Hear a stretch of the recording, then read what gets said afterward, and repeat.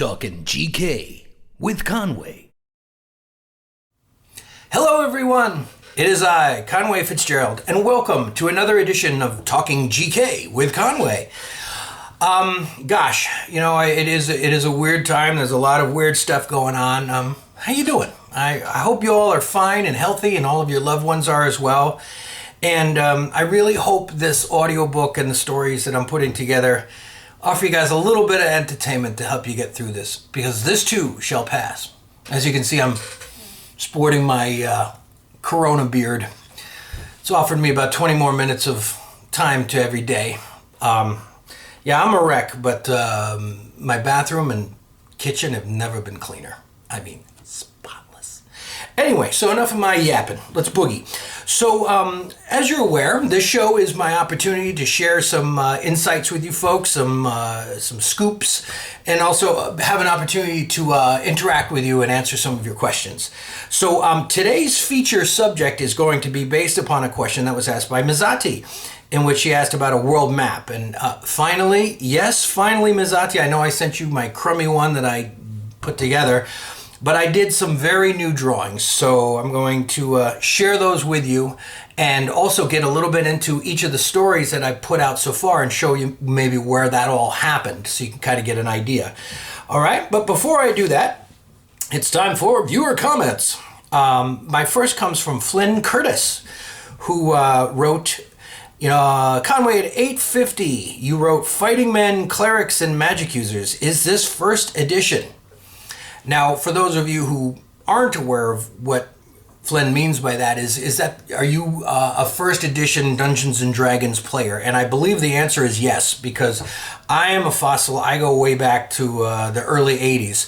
But The Giant Killers is a standalone novel which is entirely fiction, but I'd be lying if I said it wasn't based upon, the heavily influence of Talkin and Gary Gygax. So I mentioned all of that in my introduction, so I think, Flynn, what I should do for sure is post my introduction. It'd probably be like a 5-minute video, but in my introduction, I talked a little bit about understanding what your understanding of the rules were, so I didn't break them or necessarily bend them too far in order to upset you. So hopefully that hasn't happened. My second question comes from Tamtroll, who wrote a very well thought out letter and a very well written comment. And the gist of it was, Conway, you don't need to add all of this he said, she said, narration. We get it. We're trying to follow the flow of the conversation. And, Tam, you're absolutely right. In fact, I'd be lying if I said that hadn't occurred to me more than once. And but the fact of the matter is that this project, what you are listening to and witnessing, folks, is my third revision of a novel that I've been working on for quite some time. And so the purpose of me was to read it out loud and to come up with a final version that will be something that I can print. So therefore, I'm kind of just going with it, Tam. I'm just I'm adding what I think would be necessary within the context of the prose. So there's been times I've thought, do I really need to say that? And there have been things that I've moved around a little bit, but that's why I decided to just stick to it. So, but thank you for that comment. All right. Now, before we get to my last comment, which has to do with the feature, which is on the maps, my son had a fantastic idea that I wanted to share with you guys. And he said it might be kind of fun in this show to have some kind of quiz, a trivia, and maybe offer something as a prize. So what I'm going to offer as a prize is essentially an IOU. What I mean is that eventually this thing will get published. I'm determined to get this book published. So that when I do, I will have a first edition signed copy with a personal thank you message to you, the winner of these contests. So each time I have a contest, that is what you win. So as of now, it's an IOU. That's just as good as but because I don't have it published yet, so that's the best I can offer. So hopefully, that's causing you all to scramble to find out the correct answer. So here it is. On their road north, Theb and Ermine had this conversation. I've learned Dolph might have a small group assembled to the west. They may be willing to form up with us in the northern lands. We could form a guild there, escape this senseless human war with the Horde. Dolph? He and the rest of those half-orcs are useless, mindless brutes. Never liked him. Or his brother. So, my question is, who was Dolph's brother?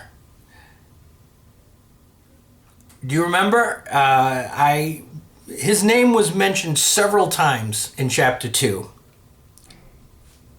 Okay, so whoever's the first person to send the correct answer for who is Dolph's brother, you will win a first edition copy signed by moi to you, saying thank you for helping me make it happen. And so just send me either an email or you can comment below. I will see who is first. I'll be able to timestamp it. But if you want to be sure, just send me an email, and whoever's the first to respond with the correct answer will win. And now for my feature presentation, the known world map. So Mizati had wrote this comment quite some time ago in which she said, hey, do you have a world map for this? And I sent her something which is probably pretty crummy. Sorry about that, Mizati, but I did promise to make it a point to not only redo it, but also make there a story behind it. So what I'm going to try to do in this segment is, first of all, share the map with you, and then I'm going to discuss a little bit about where the characters are in the map, where they're from, that kind of a thing. This first map, as you can see, and I'm going to be much closer up digitally, is just of the entire known world. So what it covers is everything that I might talk about in the story in terms of a geographical location of a person or place. Now, the second map that I did, which is this one right here, this is of just the West. This is of just the West. This is essentially the area where everything that happens in the story goes down. So to begin, in the prologue, of course, everything begins in the city-state of Voss, as you could see where Voss is. And as you may recall, that is the home of the White Flame, or it used to be, and that's where the story begins with our two acolytes within the Church of the Great Seer. And then they are sent on a quest in which they go past the tiny little village of Bol into the forest, which is called the Iredet. That's actually what the elves call it, because what it means is the original forest. It is a very sacred and holy place for them. It's where they believe they originated from. And that is where the secret castle of Tel Suma is. Now, of course, that's not where the two acolytes went. They went simply to a little hovel that Ermine had built for herself, very close to the city of Bol, pretty much just right into the forest. Now, as you can also see, on the other side of the forest is a village called Harda.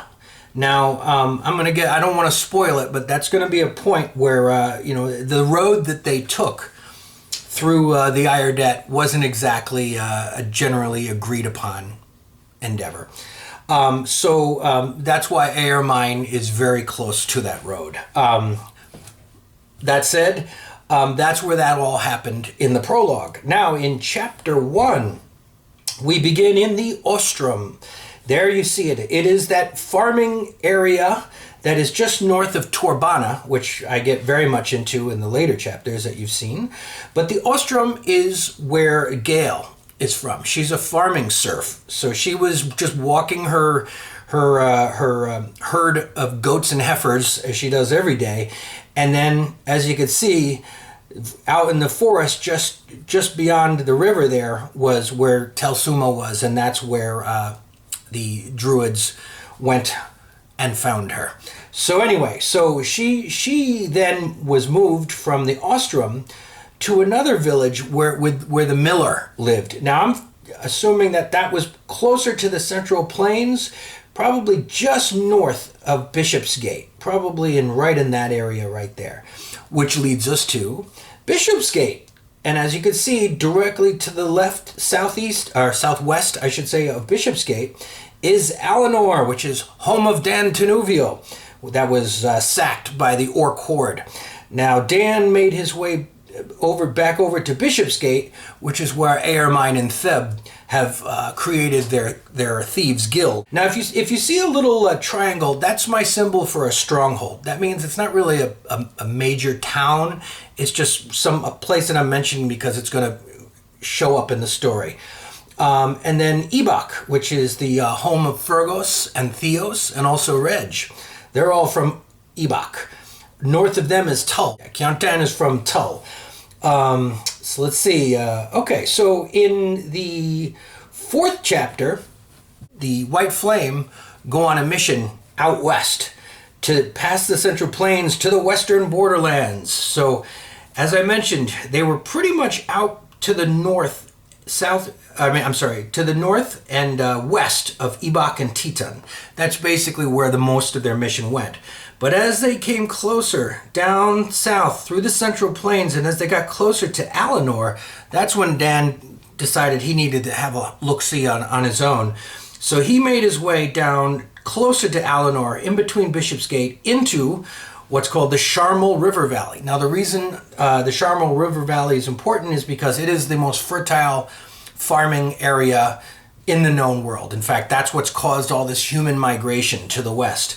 But it's also where Qualtabor has taken over. So nothing will grow there, and the people are all dying of disease. So that's all happening there in the Sharmal River Valley.